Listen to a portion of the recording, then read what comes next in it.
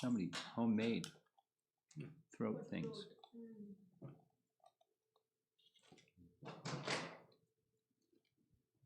Tastes different, very different.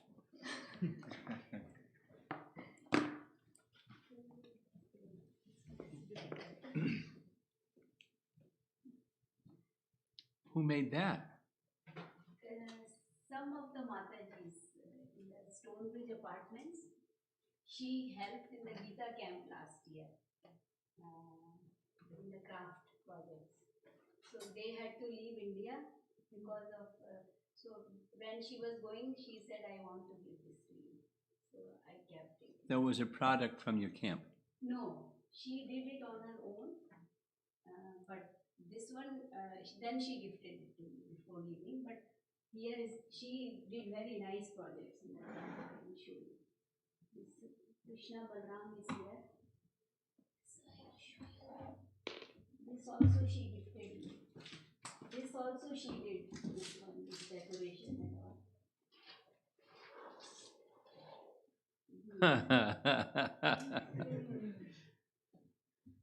Very nice projects she did with the clay. And this also, they made this also in the camp. The children made, or she made?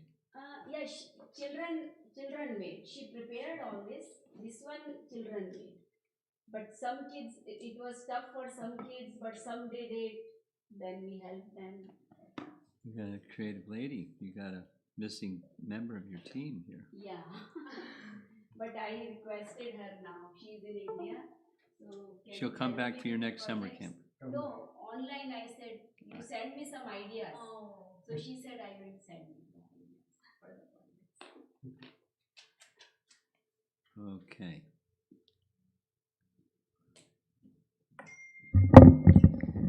So I looked ahead a little bit, and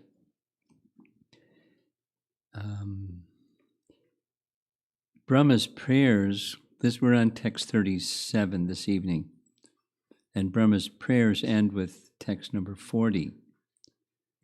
But the topic continues until 47. So I think we should wrap, because there's some.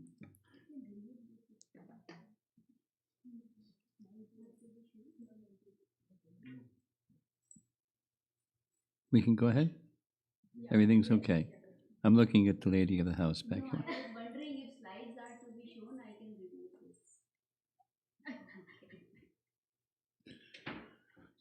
You're very enthusiastic. As they say, too much enthusiastic.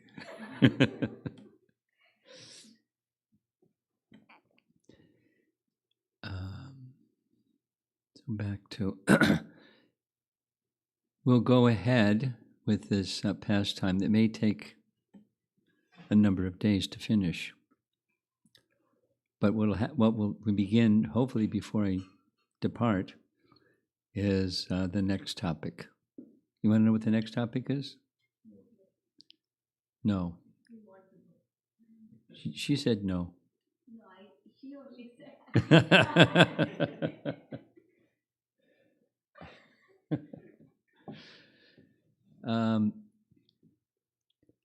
Description of the kingdom of God. That's next. And we'll go through the Bhagavatam, the four Kumars visit Vaikuntha, that whole chapter. Description of the kingdom of God. Just read the verses of the description of what's it like. And then another class will be Brihat Bhagavatamrita. Gopakumar goes to Vaikuntha, and then Gopakumar goes to Ayodhya, and then Gopakumar goes to Goloka. So what's it like? Little travel advertisement. And so that's our topic after this one. So now this one, text 37, it's still Brahma praying. He's speaking directly to Krishna. A little review that he plunged in an ocean of Braja Prem. He's been glorifying the residents in Vrindavan. he expressed that through their senses, the demigods can use their senses like cups through which they, the demigods, by the mercy of the resident Vrindavan, can then experience the sweetness of Krishna's lotus feet. Then he prays to become a blade of grass like Uddhava did, outside of Vrindavan or in Vrindavan to catch the dust. He speaks of the residents of Vrindavan. He speaks of the the degree, the intensity of love of the residents of Vrindavan is such that how is it possible for Krishna to repay? As he repaid or reciprocated the Putana, giving her a position in the spiritual realm. And all she did was just disguise herself as a devotee. She put on a sari, so she went to the spiritual world. She did a little service. And Aga and Baka, they didn't do any service, but they were just assisting her who did some service, and they went to the spirit, they got liberation too. So how are you going to reciprocate with these residents of Vrindavan? Other than giving yourself to them, but you've already given yourself to them, so how are you going to reciprocate with them? And then yesterday evening's verse was the Yavat Tavat verse, the whereas someone doesn't take that position of shelter, then the Tavat is the consequence. Because of this, then that. As this, so that. And it's not a pleasant ride. The life without the shelter of Krishna is an unpleasant ride. And not sometimes, it's always like that. So then, text 37. Text 37. My dear master, Brahma is considering himself Krishna's servant, and he's the master. Like Prahlad, the relationship is subordinate to the master, servant. My master, although you have nothing to do with material existence, you come to this earth and imitate material life just to expand the varieties of ecstatic enjoyment for your surrendered devotees. Now, this verse Prabhupada has explained in terms of Bhagavad Gita, when Krishna says there's 3 reasons why he comes to this world. You know the famous verse, Pritranaya Sadhunam, Vinashaya Chaduskritam, Dharma Sangstapanartaya. So Prabhupada explains Krishna can do all those things through somebody. Doesn't need to come to do those things. And sometimes he sends somebody to do those things. So when he comes himself, it's to reciprocate with his loving devotees. Because who can do that other than Krishna himself?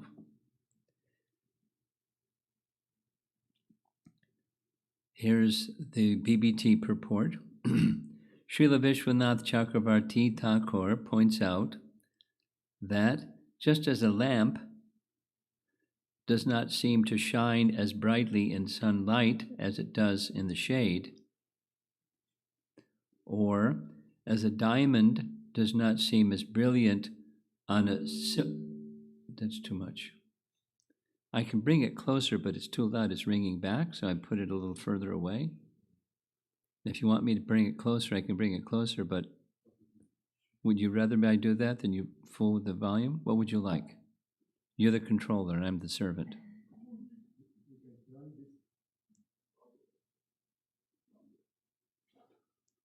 Then you can control it very easily. You lost your job. Okay. I'll go back. So a lamp in the sunlight versus a lamp in the shade. A diamond does not seem as brilliant on a silver platter as it does on a plate of blue glass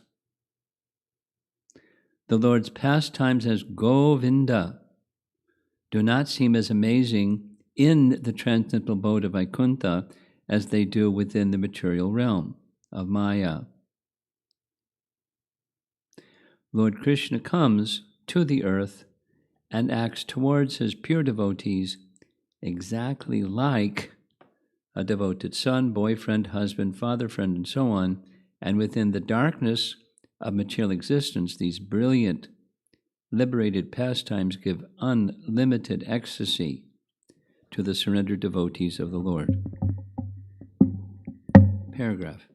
In his Krishna, the Supreme Personality of Godhead, Srila Prabhupada quotes Lord Brahma as follows, quote, it's in this chapter.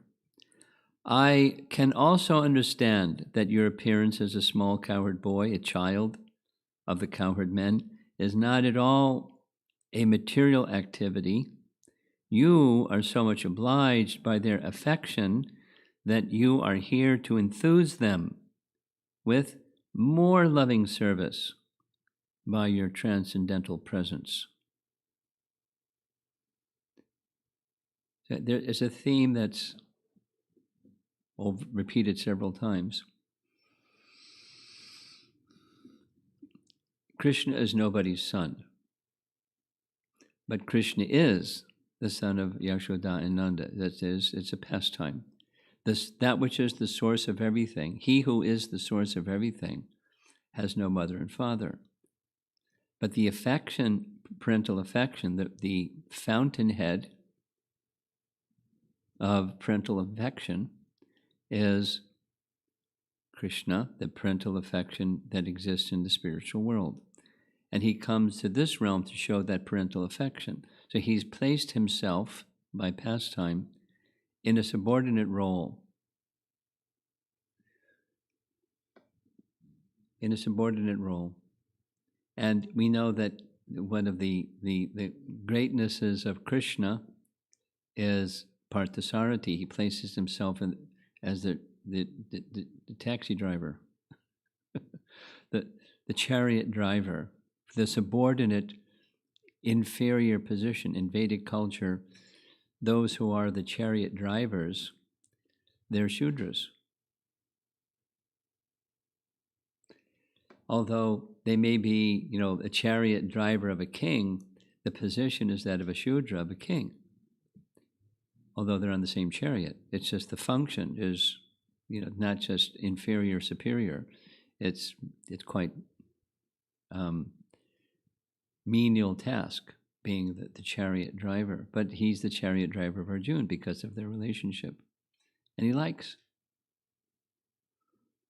So he likes the affectionate exchanges with the residents of Braja, which that same affection towards Krishna doesn't exist outside of Braja.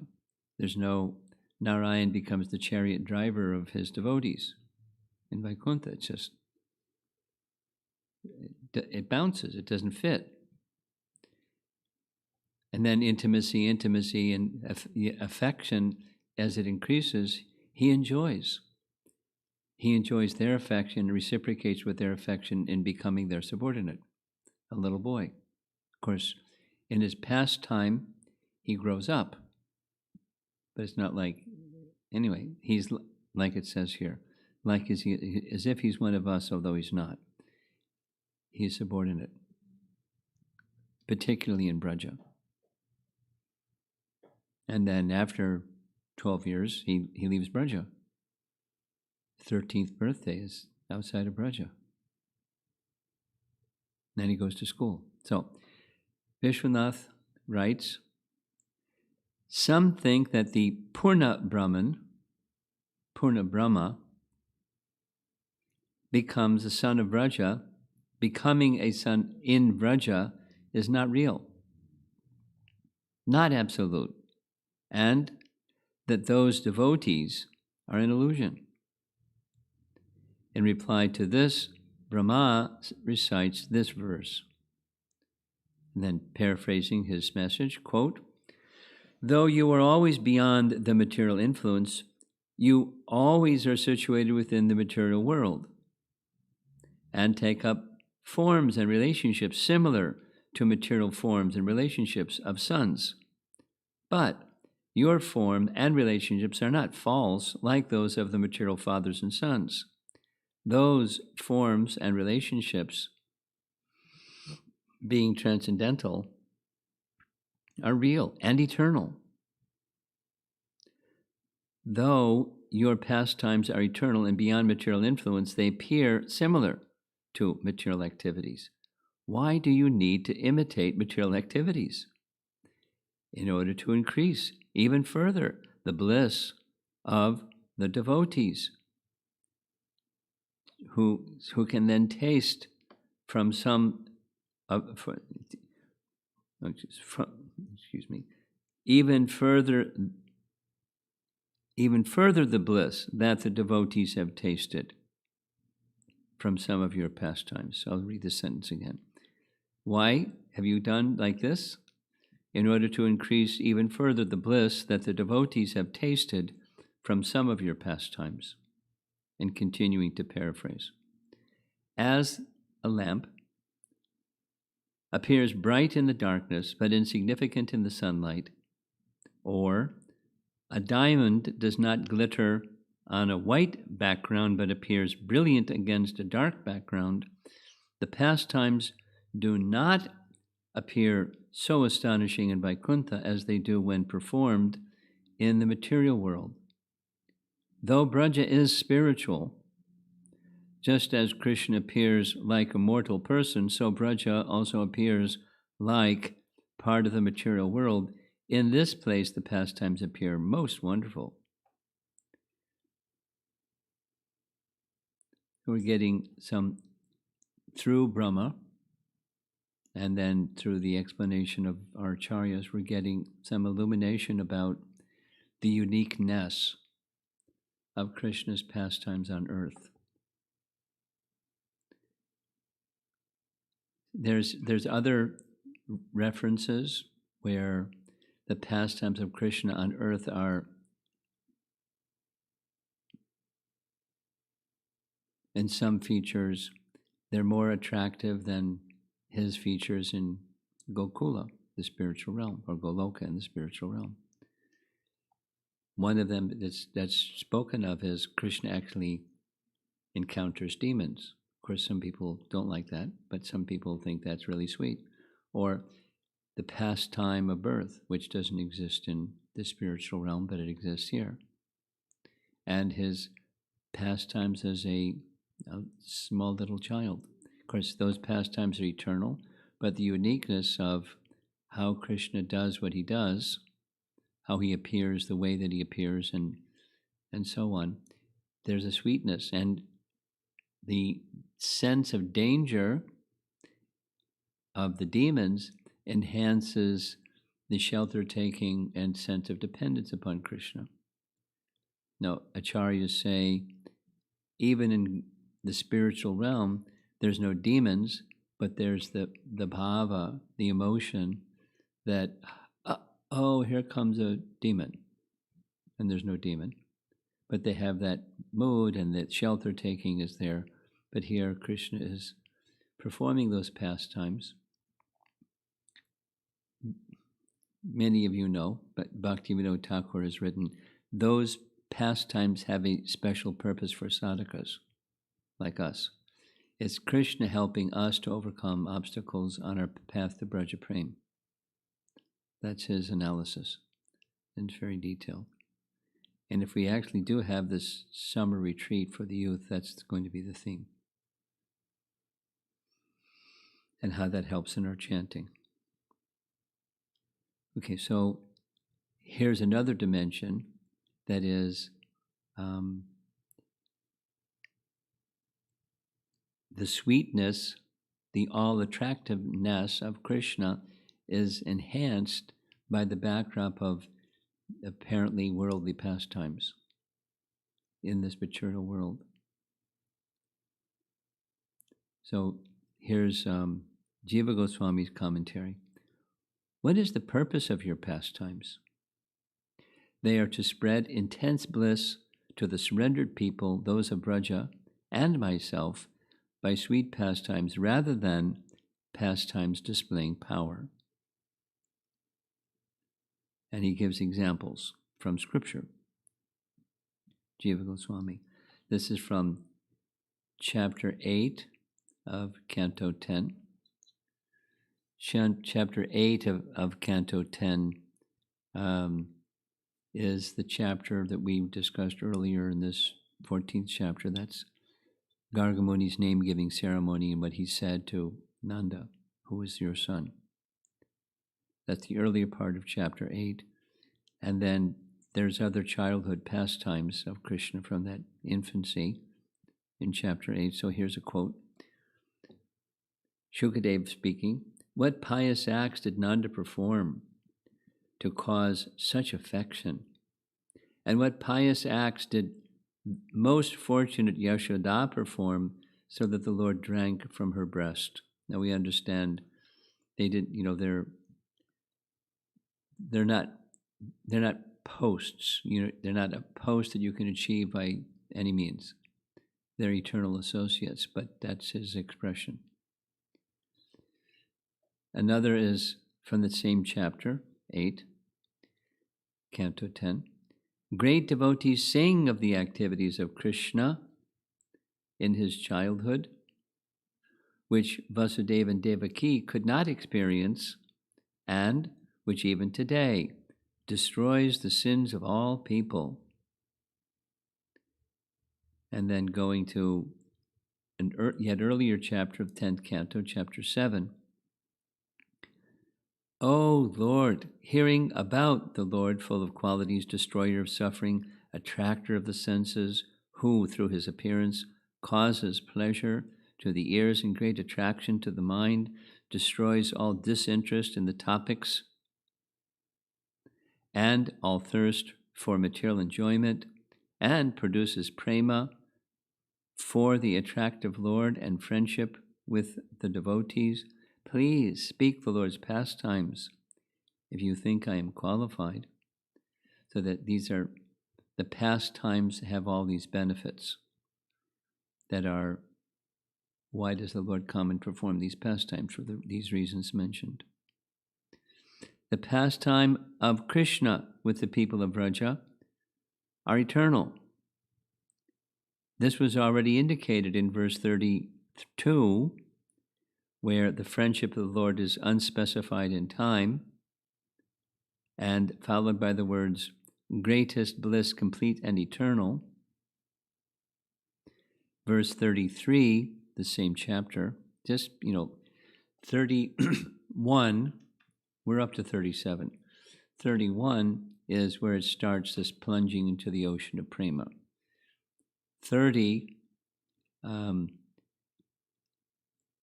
anyway, it concludes that whole section.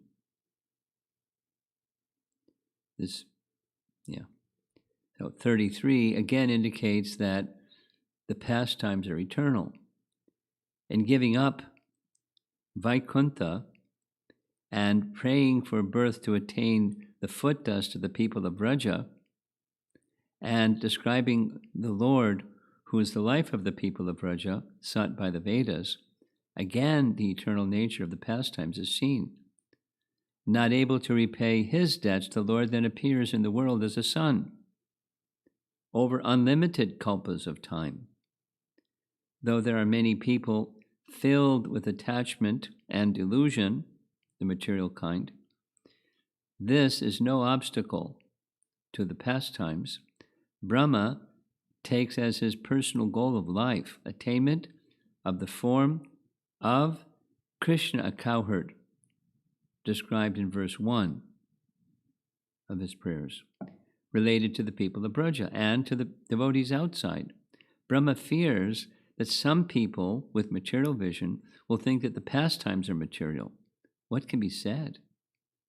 This verse answers, though you are untouched by matter in your pastimes and constantly engage in pastimes with your devotees and appear in the material world with your devotees, you imitate the material world by being born like a human being, but show the great glory by that act. What is the purpose of doing that? Why? It gives joy to the devotees, both the people of this world who are not eternal and the surrendered devotees who are eternal derive bliss by seeing and hearing about the eternal pastimes which manifest on earth. A notion of bliss spreads because of the pastimes which appear on earth. Interesting. Then Sanatana Goswami, short, says the same points. Though you are beyond the material world, you imitate the world, being a son, etc. Why? You do this in order to give bliss to your devotees by hearing about your pastimes related to Vraja. Do you really perform pastimes as a son with the devotees? You who cause others to exit the material world become fixed in spreading bliss by pastimes with the people of Braja. So the meaning, just an interesting way of saying, his pastimes are real, and his pastimes are eternal, and the purpose of them is for increasing the pleasure of the devotees and attracting the hearts and the minds of the conditioned souls who aren't averse to Krishna, but can then appreciate the blissful sweetness, just like Brahma is saying he's one of those people.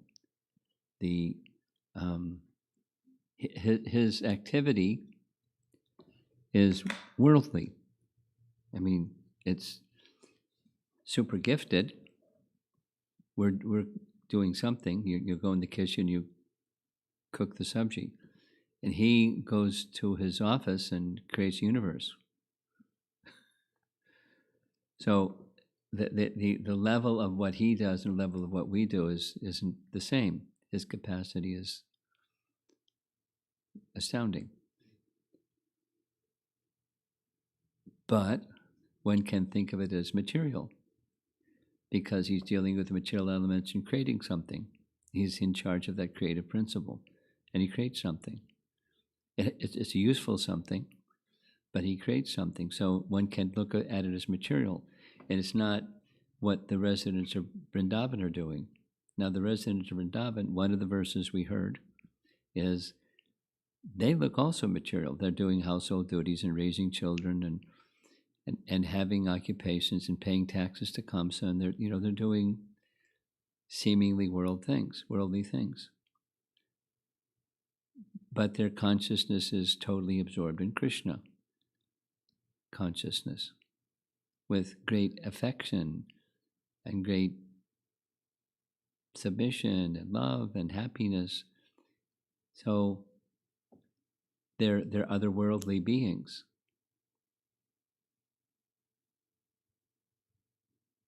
So this topmost person in the universe, Brahma, wants to be a blade of grass to receive dust from the feet of the residents of Vrindavan, because of their exaltedness. So it's their otherworldly dimension. It's not their. They look upon themselves. We're insignificant. We're just village people. We just live simply and do simple things. So nothing special about us.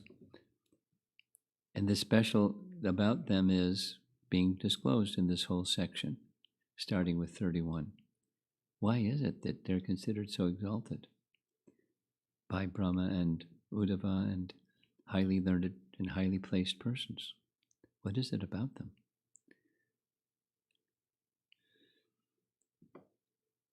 The message is one of the purposes of the message is to draw our attention to that love, is to stimulate within us that love by appreciating them. It's like when I was traveling somewhere in India, there's a little girl, she's probably 7, and on the side, their parents, smilingly said she has this fascination for gymnastics. So she goes to 3 gymnastics class a week.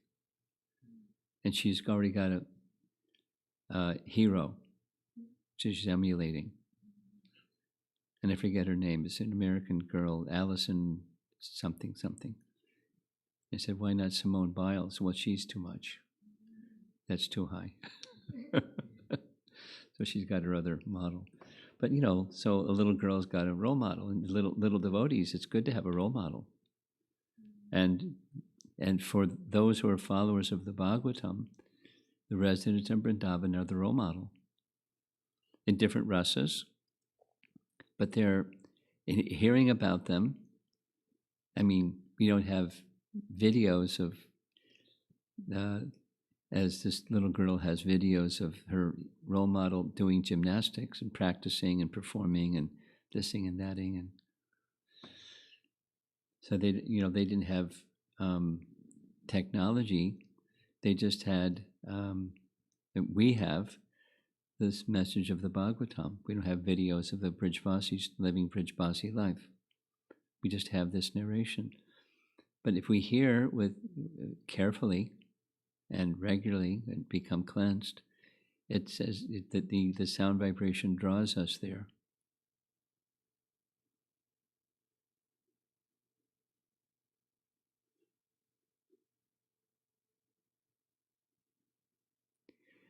Just this morning, I heard a recording of a group that was visiting Surya Kund.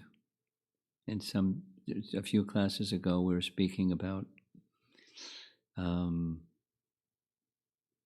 position of the Brijbasis, the associates of Krishna in Vrindavan, and how Nanda and Yashoda, they worshipped Narayana, but others had other deities that they worshipped, like the young gopis worshipped Katyayani, and it's a celebrated part of Radharani's pastimes that she was a worshipper of the sun god. And the role of the sun god plays a very significant role in Rupa Goswami's Vidagdha Madhava.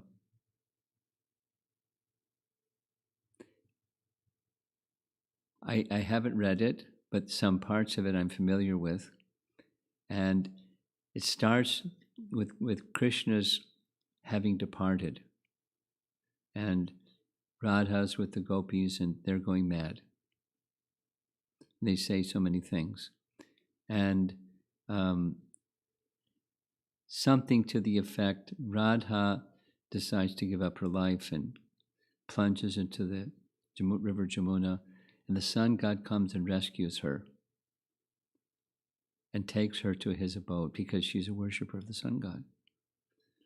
And then later, much later, the sun god delivers Radha to a place where she becomes Satyabhama and she marries Krishna. It's and then one by one, or the other gopis that wish to have Krishna as their husband, they also are delivered to that position where they become queens in Dwarka. But they don't have the same mood exactly, but that fulfills their desire. It's very so that Radha was a worshipper of the sun god. There's many pastimes, and one of her favorite places where she would go to worship the sun god was Surya Kund. And this is a Gaudiya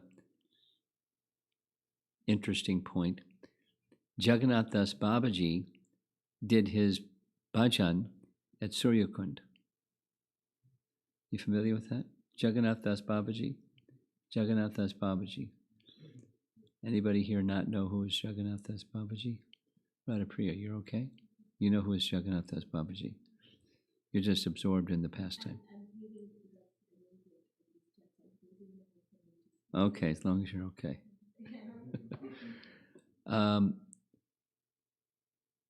A contemporary of Jagannath Das Babaji was a celebrated, some other Babaji, whose name I can't remember. And he was,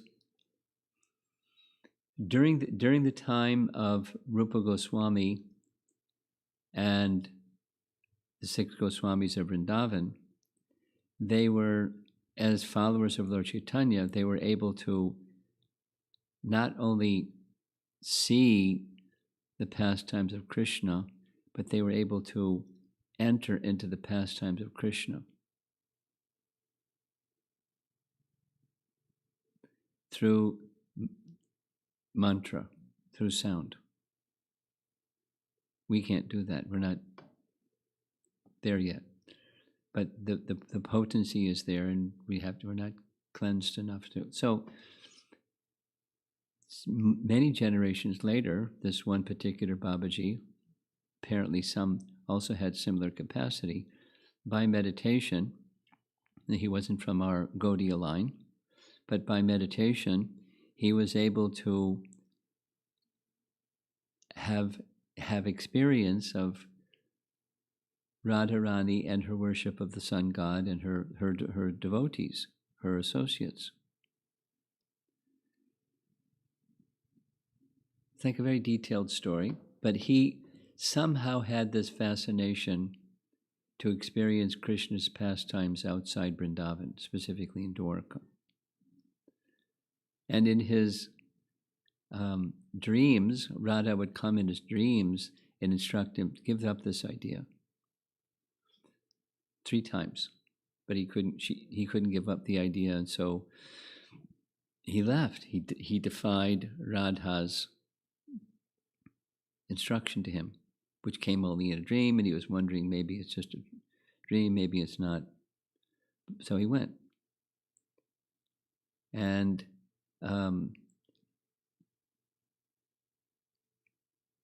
the place where he went, they had this procedure, not just of applying tilak or vermilion or something, some brand on his body, a mark, a crescent mark or something like that on his forehead. And then he went back to Vrindavan, and Suryakund, and was doing his meditation, and he couldn't enter into the same meditative state that he had access to before. And he was feeling disturbed because he was accustomed to that experience. And then Lalita appeared to him in a dream, instructing him that because you went against Radha's instructions, she's not going to be available for you anymore. Or like, essentially, she crossed you off her list. And he was devastated. So he decided to give up his body because it had this mark, and now so he entered into a state of meditation. This is not so long ago historically, that just by his meditation, his body began to incinerate. And almost all of his body was gone by the fire of his meditation, and Jagannath Das Babaji assisted him to completely give up his body. Now, the source that I heard this from was a very authoritative source. I'm not going to say their name. It wasn't Dinabandhu. But the position of the residents of Vrindavan is exclusive. We read this in Nectar Devotion, this love they give everything. And the mood of that love is everything. Now, when Uddhava went from Mathura to Vrindavan, he was instructed by Krishna to do so. And then he went back. And Balaram went to Vrindavan from Mathura to appease the residents of Vrindavan. Krishna will soon come, and so forth. But we're not on that platform. And so we're dependent, and the mood of Braja is a very, very special mood, and we have to be very careful. We have to be very careful.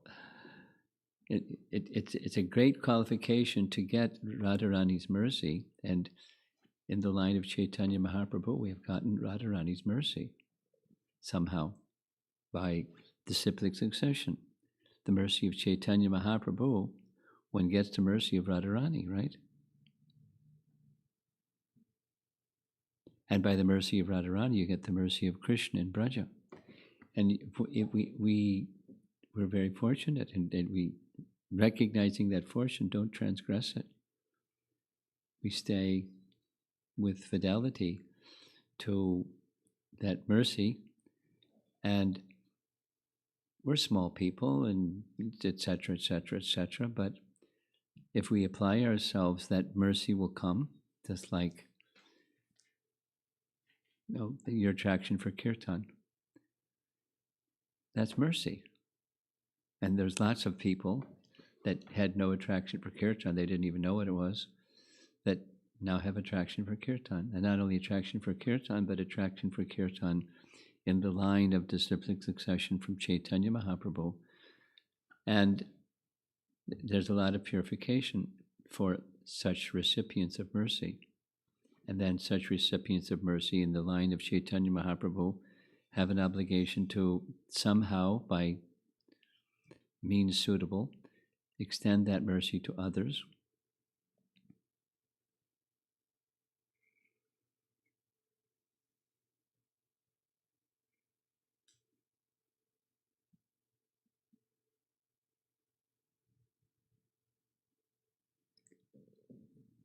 I'm kind of speaking off topic, but it's not.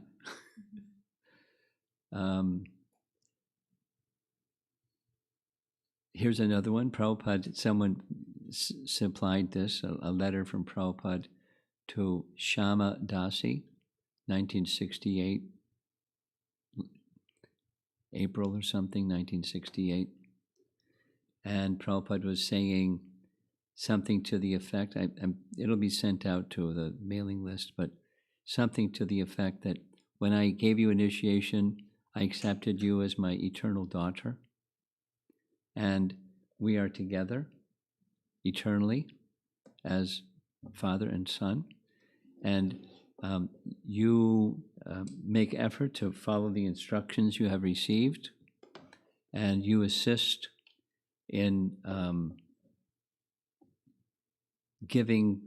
spreading Krishna consciousness to others, and by spreading Krishna consciousness to others, we will be together by our chanting. I'm chanting in another part of the world, and you're chanting over here, and we will be together through the mercy of Chaitanya Mahaprabhu. So, not exactly those words, obviously, but something like that. So this is Lord Chaitanya's mercy coming through disciplic succession, where the recipients, covered recipients of a big load of mercy. And hearing these very, very elevated pastimes of Krishna with the residents of Vrindavan, for them, it's just circling back, it's joy.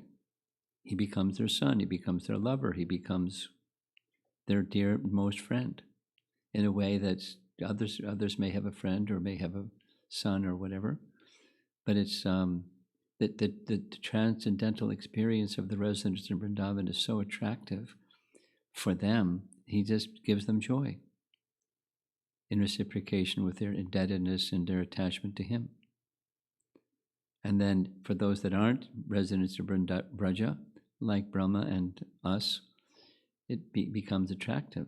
So that's what's coming to us through the Srimad Bhagavatam, through Krishna's pastimes, hearing them in disciplic succession, through our acharyas and through Prabhupada and the followers of Prabhupada in the case of this chapter,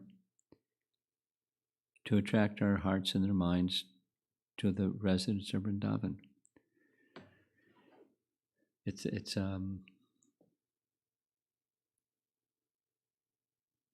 very attractive. Very fortunate. So we're not necessarily appreciating that as we're going along, just kind of scratching our heads with trying to understand things that are being expressed and so on.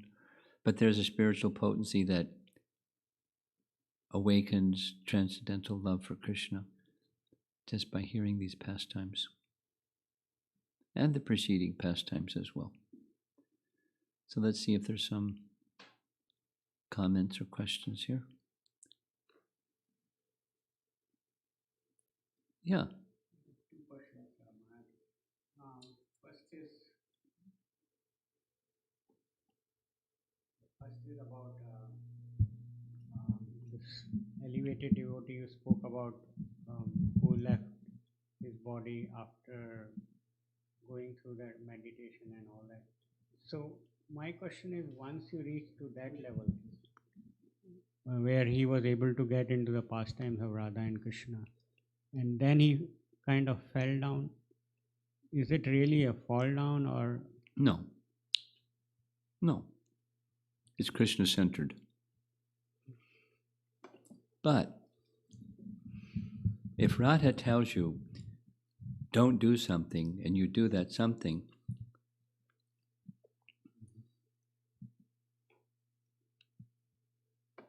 and you're on that level, so he felt something because of that. It's a transcendental emotion. It's not fall down in the same sense, but the intimacy is unique. Hard to understand. It's not easy to understand. Yeah. It's not easy. Don't use worldly yardsticks to understand that one. Second question, Maharaj, is about Brajvasis, the gopis, worshipping demigods like. Yeah. So how do we? How do we understand? Yeah.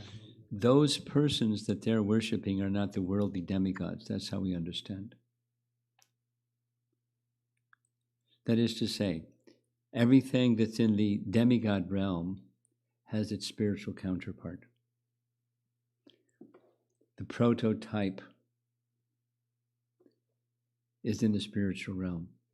We had that discussion this morning. Your son learned a new vocabulary word, prototype. It's the spiritual realm, because there was this discussion this morning. Did you hear the morning class? There's Goloka, and there's the place where Surabhi came from. Surabhi came with Indra to Vrindavan. And the acharyas, all of them were saying same thing. There's the prototype Goloka, and then, there's the prototype Surabhi, and then there's cows. And her place is Goloka in the demigod realm.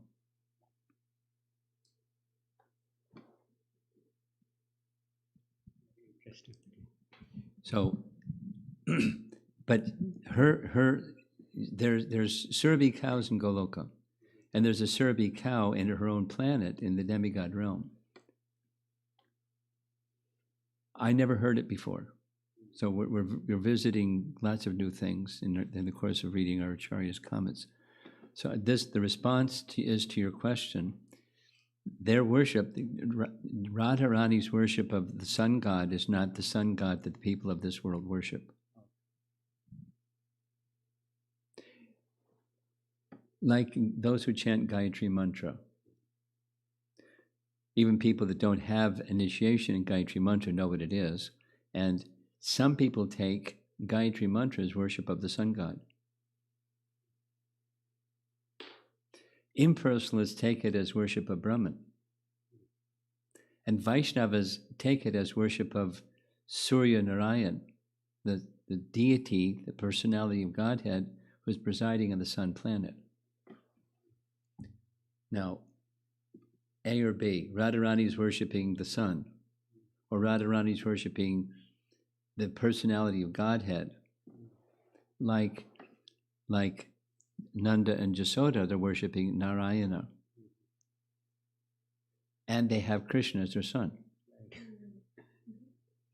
But they're worshipping the transcendental Narayana, and the gopis are worshipping the internal potency Katyayani, not the demigoddess Katyayani. Not for material demands. They're not only their intention is not material, but the deity that they're worshipping is not material. Now there's scriptural, there's purports right in the Bhagavatam that say they were worshipping the internal potency because it's only the internal potency that can deliver the relationship with Krishna as one's husband. A material demigoddess cannot deliver that. So their consciousness is transcendental. Their bodies are spiritual. Their life is in that spiritual realm. They're not worshiping. It may look like to us that they're doing worldly things, household things and worship things and pious things. But it's not any more than Krishna is doing what Krishna does, and it's not material. Like his lifting of Govardhan Hill. It's not just a story. So their worship is of this is Bhakti Siddhanta's language, prototype. Like, it's mentioned specifically in Brahma Samhita, the first Gayatri mantra, the first mantra that Brahma received was from Saraswati. But there was no anything, because there wasn't even creation yet. There was no consort Saraswati. That's the demigoddess Saraswati. It's the prototype, the spiritual Saraswati, the internal potency Saraswati from whom he received.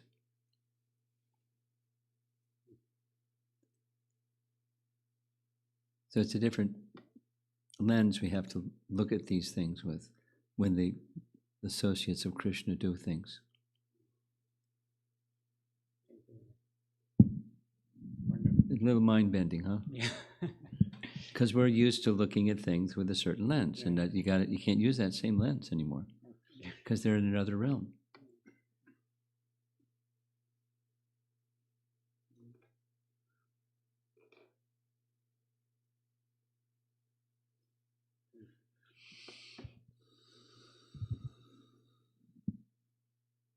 Same like it is said that by hearing these pastimes again and again, it takes away our sins. What happens? It takes away our sins. Yeah. So it is hard to believe, but I mean, we are doing it, but sometimes it is hard to believe. Well, I don't recommend that you stop doing it, because something will happen if you do. Something will fill that space, and it'll become, inauspicious, what fills that space. So it's not, but it's spiritual auspiciousness, not the material auspiciousness. There's a difference between religious and transcendental. Material piety through auspicious activities, like doing religious ceremonies, worshiping demigods and following the sacrifices of the Vedas, etc., that's good. And then this is beyond good. So all it's saying is this is beyond good.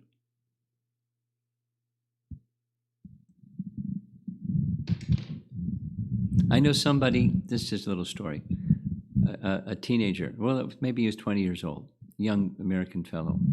He said, I want to be really sure that I'm not just imagining that chanting Hare Krishna is good for me. I know that it's said, but I want to find out. And his plan was he's going to stop and see what happens. And he spoke to me about it. Everyone else advised him. He was part of Guru Nanak Maharaja's bus program, Krishna Fest. Nice chapter of history. So he went away. And about a year and a half later, this young fellow came up and said, "You're right." I said, "Excuse me?" I didn't recognize him. He looked very different, besides his hair, just his whole facial, everything looked different. He said, remember me? I was the one that said, and so I stopped and I got beat up really bad. So now I'm convinced. But it was what a price to pay to become convinced. It diminishes sins.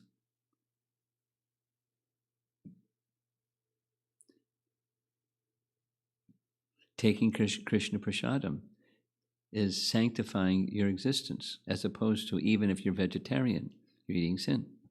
Krishna says. Well, it's hard, you can say, well, it's hard to believe.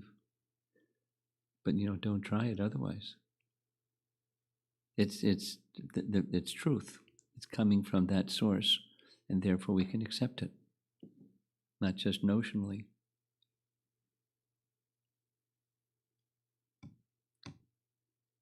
You have something?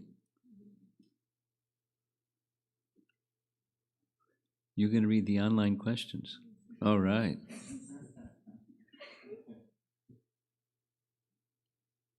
Can you kindly elaborate the blade of grass aspects in Sri Vrindavan Dham to cultivate genuine humility in a day-to-day life of mind to please Guru and Gauranga? Well, is it on or off? Okay, so the blade of grass is extreme, and we don't have to go to the extreme. I mean, if somebody is really, really, really elevated, they may go to that extreme. But it's a principle, and that's the principle of humility. And devotees that are really, really, really elevated, they're really humble. And in that humility, they may speak like this. Not only speak like this, actually mean it. And that is following the path of Guru Gauranga, Trinadapi Sunichena, that is a profound humility. And the more that one becomes trying to connect with Krishna, like trying to chant attentively instead of the other way, we realize we can't. On our own, we can't. We're distracted and tiny and troubled and conditioned and contaminated, and we can't. So we there's an option. We can just go on muddled chanting, or we can strive, and then that mood of humility says, I have to receive mercy. And the more one goes in the direction of striving in the mood of calling for mercy, humility grows more profoundly. Up to the stage where Brahma, who knows? According to what some statements in scripture, 100 lifetimes of flawless execution of varnashram duties entitles one to become situated in the post of Brahma. I mean, try for 5 minutes. What to speak of 100 lifetimes of flawlessly. So, how elevated is Brahma? So, how humble is Brahma?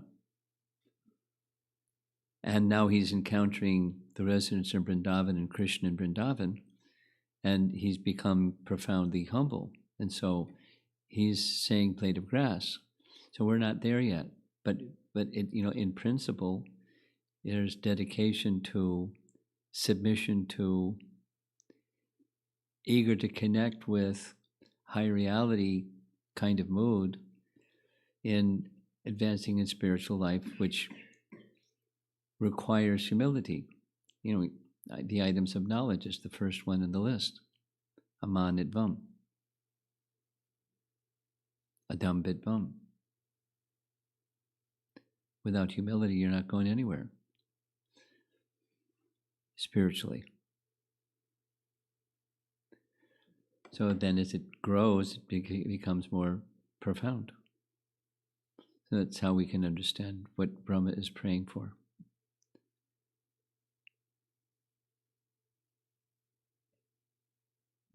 Next question. I'm trying to understand what it means to always have Krishna in the center.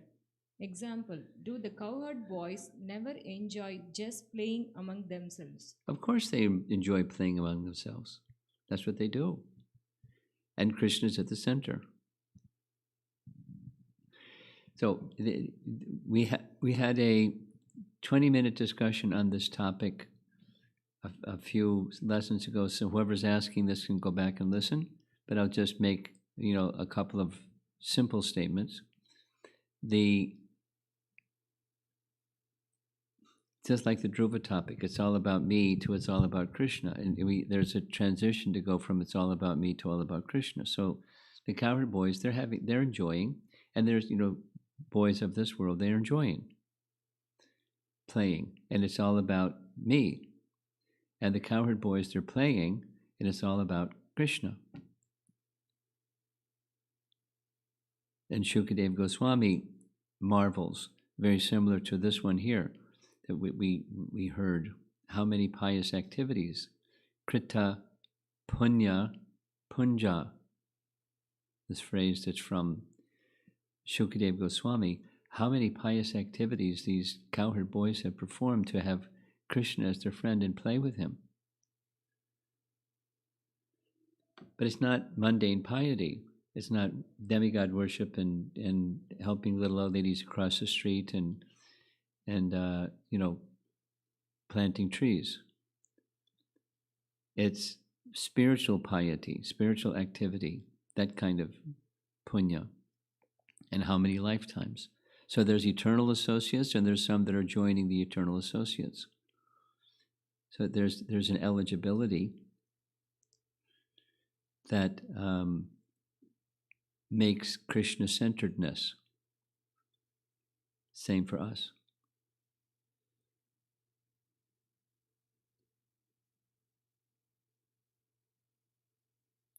And the dedication to that Krishna-centeredness will take its different forms.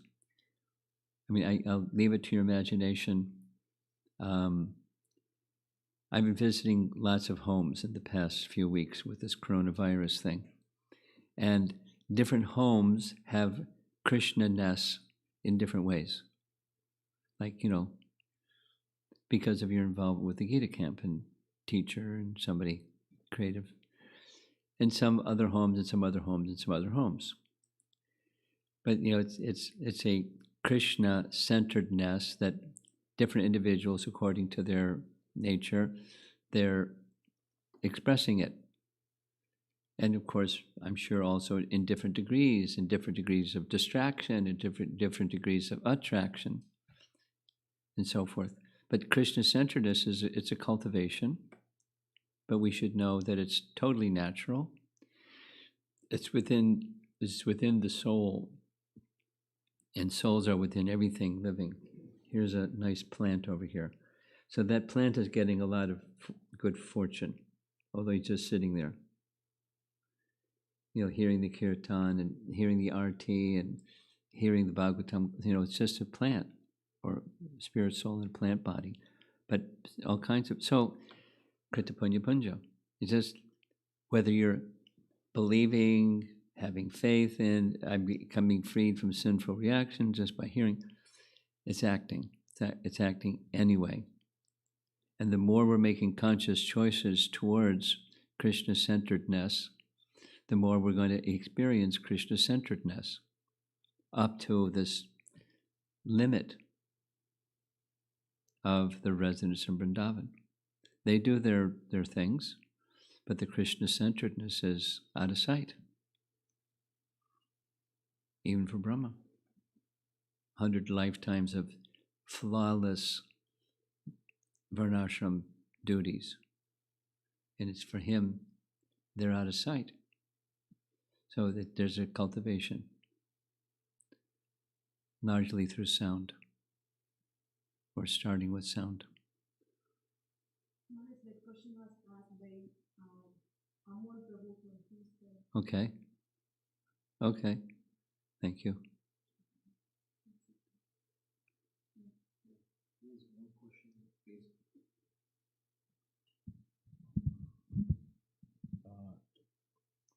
question is from Shashi Rekha Devidasi. Jai Krishna Guru Maharaj, I have read that there is no influence of time in spiritual world. May I please know what does it mean? Is that the reason that past time in Vaikuntha are eternal? Well, it's not the reason why, but it's part of. I think the question is not so clear. Time is eternal, or time as we know it is absent. Prabhupada's words, time is conspicuous by its absence, but there is time, and that's eternal time.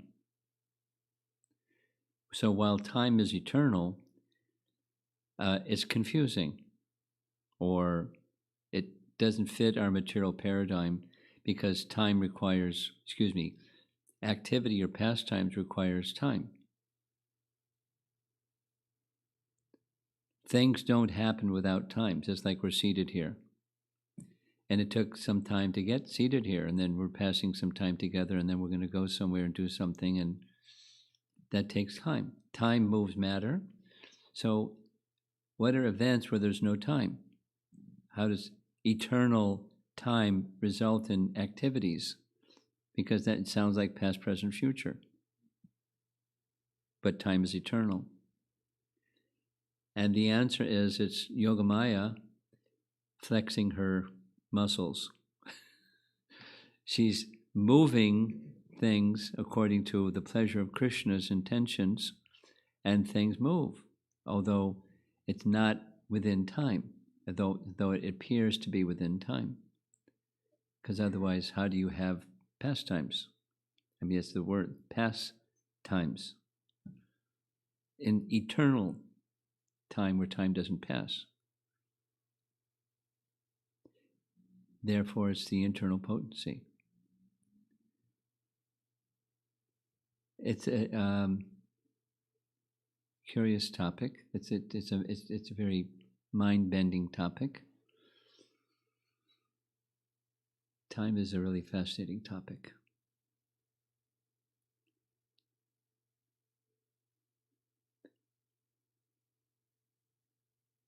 That's it.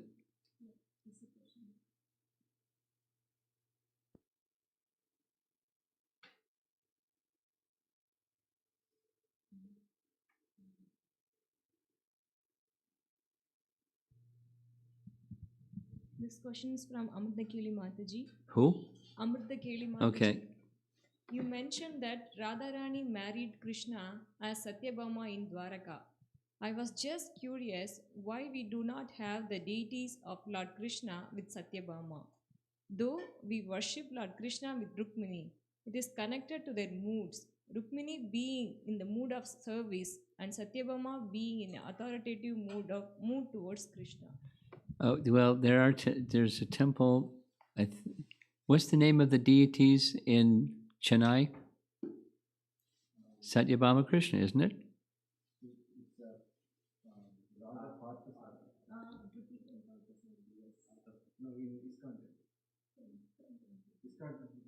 Yeah. No, there's a Radha Krishna. I visited Chennai before they moved to their new temple. And there's Radha Krishna deities there. And it's Satyabhama Krishna, no? No. Well, it certainly could be. So the answer to the question, it could be somebody likes Rukmini Krishna and somebody likes Satyabhama Krishna. It's just fine.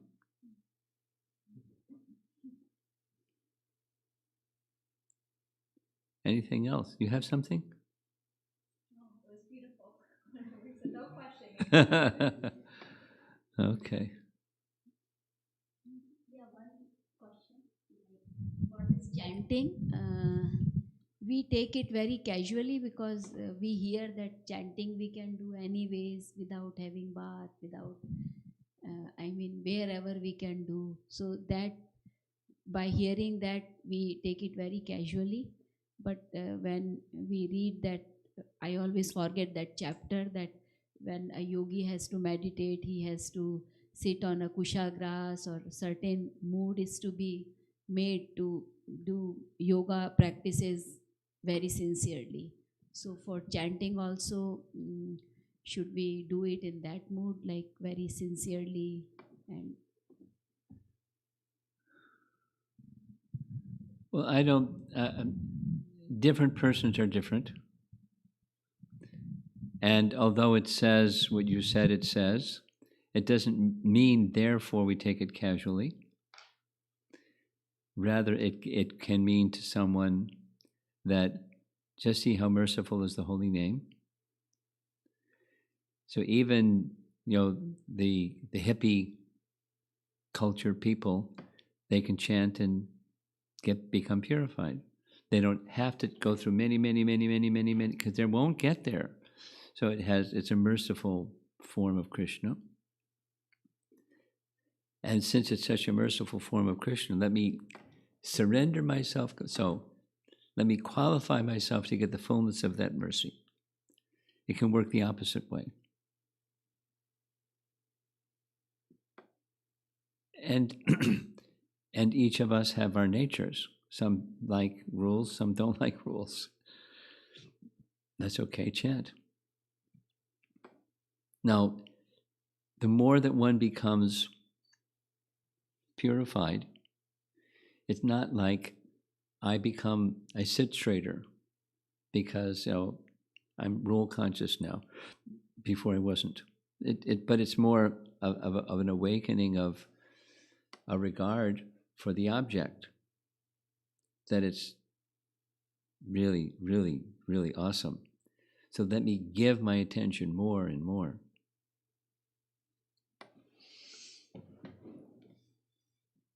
And those that give their attention more and more, they sit straight.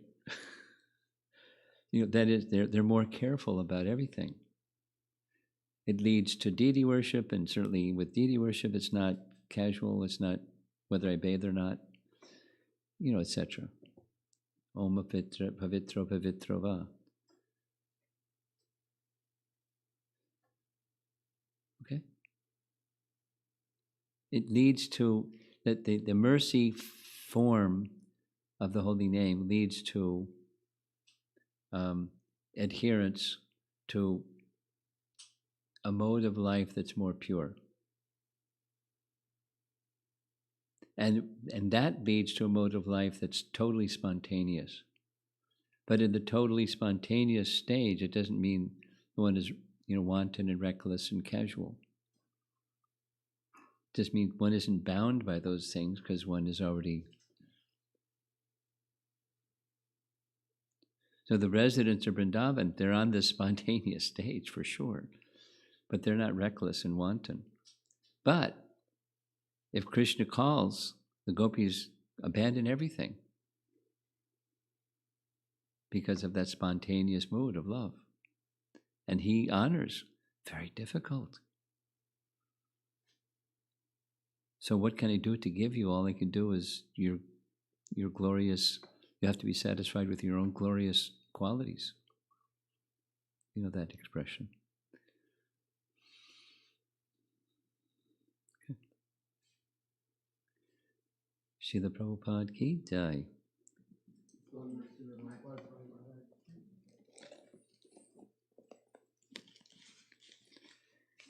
I don't know if this is going to work.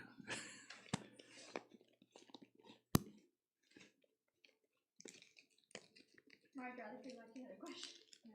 What's that? I had a question, Maharaja, that could be tomorrow class. Okay. I didn't see that.